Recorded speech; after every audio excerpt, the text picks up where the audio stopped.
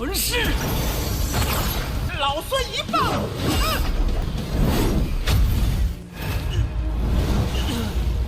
小子，快找主本！傻孩子，咱们还要带爹爹打坏人呢。3个月了，被软禁，灵儿和凤儿生死不明。又是你！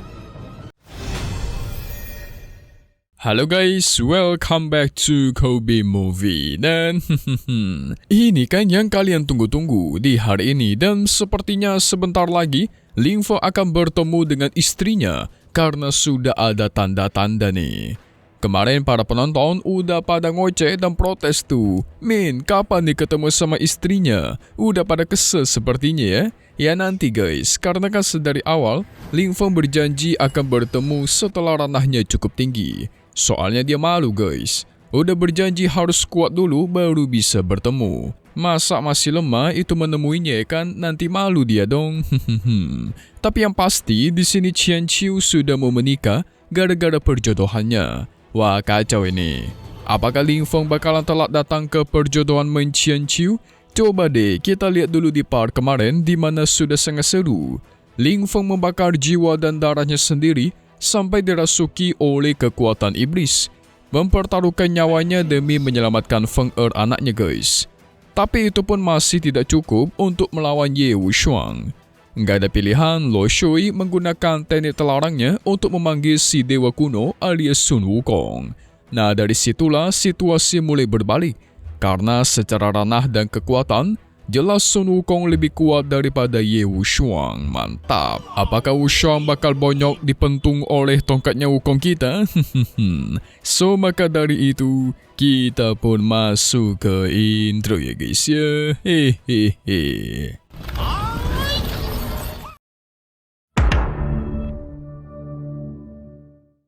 Kemunculan Sun Wukong yang kekuatannya begitu kuat membuat Wushuang kaget bukan main. Dia langsung melepaskan segel rantai di sana lalu memanggil jiwa leluhurnya.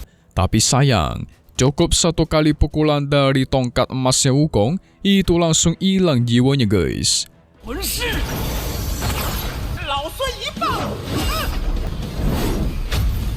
Wushuang mencoba kabur, tapi Lingfeng ikat di tempat tidak membiarkannya pergi begitu saja. Dan hasilnya, Wushuang dibantai oleh serangan tongkat emasnya Wukong sampai tidak bersisa. Mantul, terlalu kuat nih Raja Kera kita satu ini.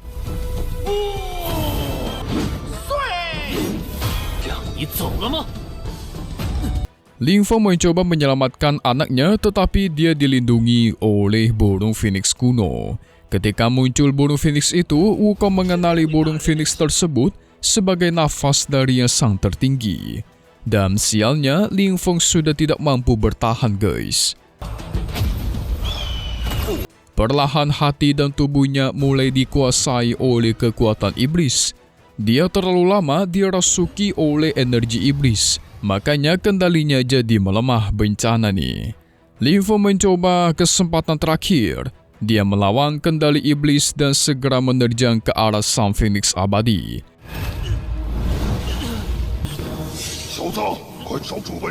Tidak disangka burung itu malah diserap oleh si Lingfeng dan menghilangkan pengaruh kekuatan iblis.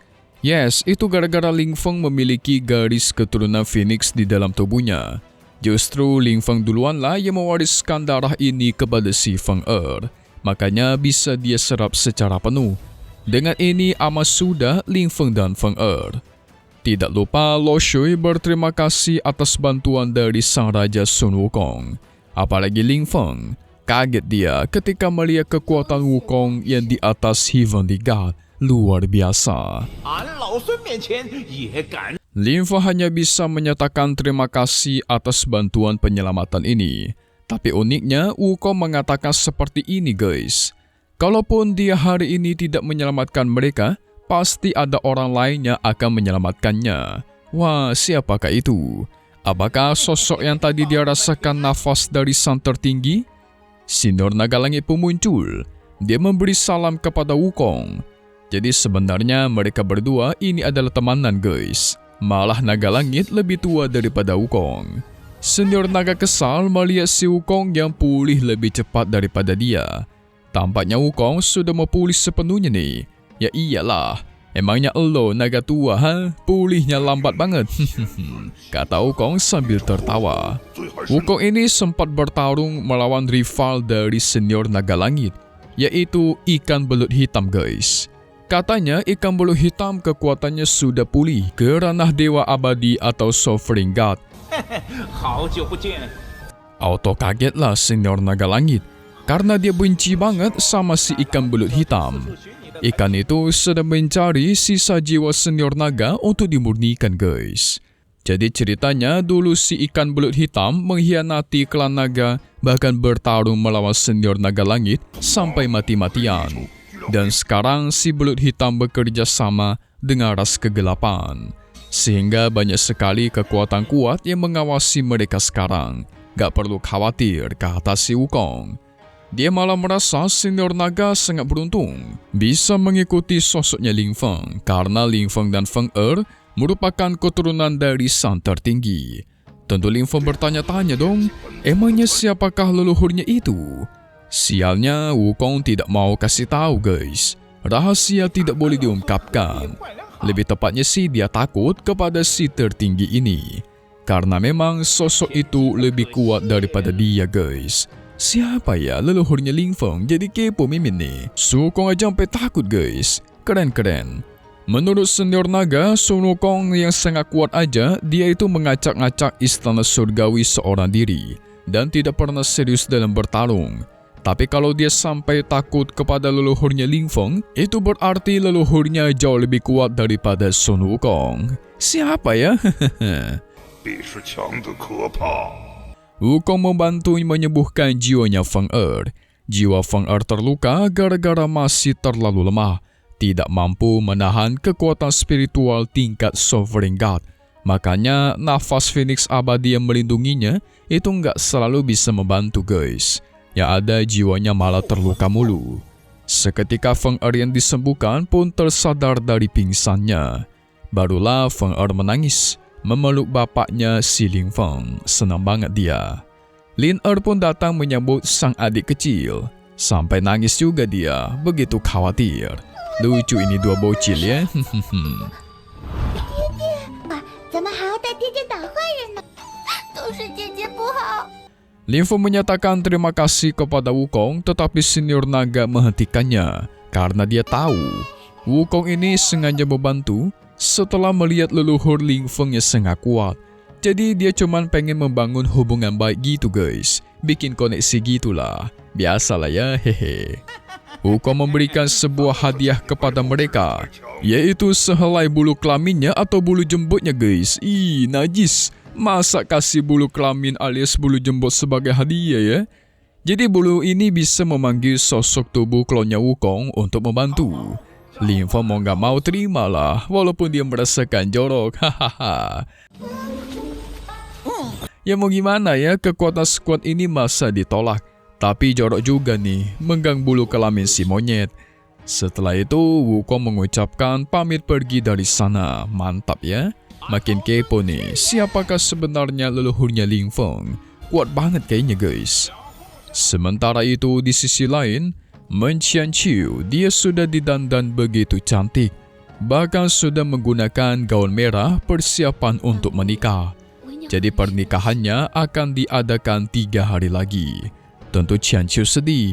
Dia bahkan tidak mau disentuh oleh sang ibu. Apalagi mendengar kata-kata sang ibu yang menyebutkan kalau dia sangat khawatir.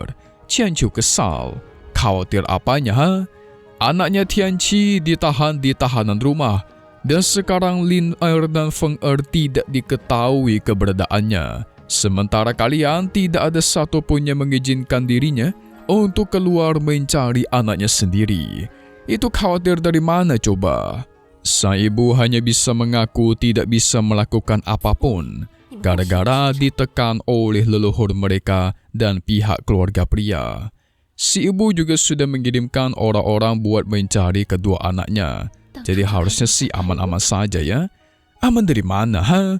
Sudah 3 bulan tidak kunjung ketemu. Aman dari mana, kata Qianqiu dengan nada yang marah. 若真无爱，早回来了。3个月了。 Dia pun mengusir ibunya dari sana karena pengen sendiri. Sementara itu, Ling Feng diteleportasikan ke tempat yang jauh. Mereka langsung diusir oleh Dewi Lo Shui. Gara-gara takut, Ling Feng sama Xiao Tian nanti masuk kembali ke kolam sucinya, lalu menghisap semua yang ada di sana lagi. Nanti habis pula cadangannya. Apalagi dia membawa teman-temannya pula untuk menerobos. Makin habislah tuh ya kan. Namun tiba-tiba muncullah kehendak dunia yang murka guys. Karena Ling Feng membawa harta dari dunia lain.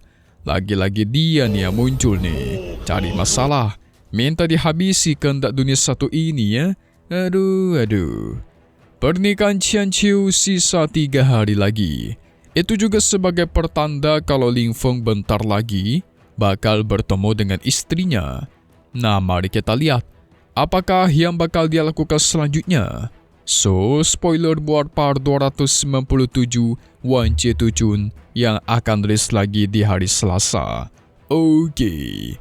Singkatnya kita menyaksikan Ling Feng bertemu dengan seorang wanita yang ternyata itu adalah ibunya guys. What? Akhirnya kita bisa melihat sosok ibunya Ling Feng. Oh iya, sosok tua ini sebenarnya adalah kakeknya Ling Feng ya guys. Dia merupakan kakek dari sisi emaknya. Auto terharu lah reuni antara ibu dan sang anak yang sudah lama tidak bertemu. Akhirnya guys ya, setelah puluhan tahun. Sebenarnya apa sih masalah yang membuat ibunya sampai tersiksa dan harus berpisah dengan Ling Feng sedari dia bayi? Penasaran kan? Karena dari episode 1 kita tuh nggak ada ngeliat Ling Feng pernah bertemu dengan ibunya. So, kita tunggu lagi di part 297 Wan Jie Tu Jun, Lord of the Ancient Gold Grave dan Raja dari Makam Para Dewa. Kalian tunggu saja ya guys. Satu hal yang pasti cuman di sini, Kobe Movie. Thank you buat kalian sudah nonton dan selalu support channel Mimin. Semoga kalian semua sehat selalu. Memang pamit undur diri dulu. Kita bakal ketemu lagi di video-video selanjutnya. Oke kalau gitu, see you guys.